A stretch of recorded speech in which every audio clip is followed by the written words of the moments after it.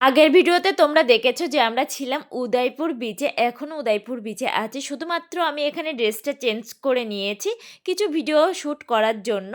এখানে আমাদের সব কিছু কমপ্লিট হয়ে গিয়েছে, ভিডিও শ্যুট, খাওয়া দাওয়া, এরপরে চলে যাচ্ছি আমরা দুপুরে লাঞ্চ করার জন্য, পূর্বাশাতে যাব। আর আমাদের এই বাচ্চাটাকে দেখো, এত ঠান্ডা কিউট, কি বলবো। এখানে লাঞ্চ সবাই করিনি, দুই একজন করেছিল, আমি আমার মেয়েকে খাওয়াচ্ছিলাম এখানে। আর এখানের পার্সোনালি দইটা এত সুন্দর, আগের ভিডিওতেও আমি বলেছি। এখানে হোটেলে চলে এসেছি, হোটেলে এসে তো গরম গরম চা খেয়ে নিলাম, এটার খুব দরকার ছিল এখন। এরপরে আমরা প্রত্যেকে ঘুমিয়ে পড়েছিলাম, হঠাৎ স্টাফরা এসে আমাদের জানান হোটেলের আমাদের এক্ষুনি রুমগুলো খালি করে দিতে হবে।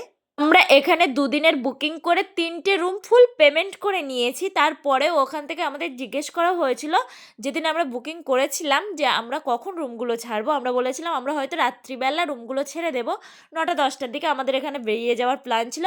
ওখানকার স্টাফরা আমাদের কোনো কিছু না জানিয়ে অন্য কারোর বুকিং দিয়ে দিয়েছে। যখন আমরা ঘুমিয়েছিলাম আমাদের একবার নক করা তো উচিত ছিল যে আমরা এই রাত্রিবেলা বার হই কি না আদেও, যেহেতু আমাদের কাছে বাচ্চা ছিল। হঠাৎ করে একজনকে বুকিং দিয়ে এরকম কে বলে যে এক্ষুনি আমাদের রুম খালি করতে হবে?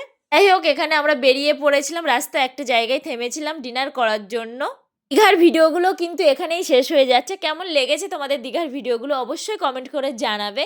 এখানে দাঁড়িয়ে পড়েছে কোলাঘাটে, একটু অষ্টম যাওয়ার ছিল আমার, আর একটু খাবো এখন ব্ল্যাক কফি। এখন রাত প্রায় 2টোর মতো বাজে। আমার তো ঘুমই আসে না গাড়িতে উঠলে, আর আমার মেয়ে যেহেতু আমার সাথে থাকে আমার তো ঘুমই পায় না। তো দেখা হচ্ছে নেক্সট ভিডিওতে, tata, love you all, see you soon.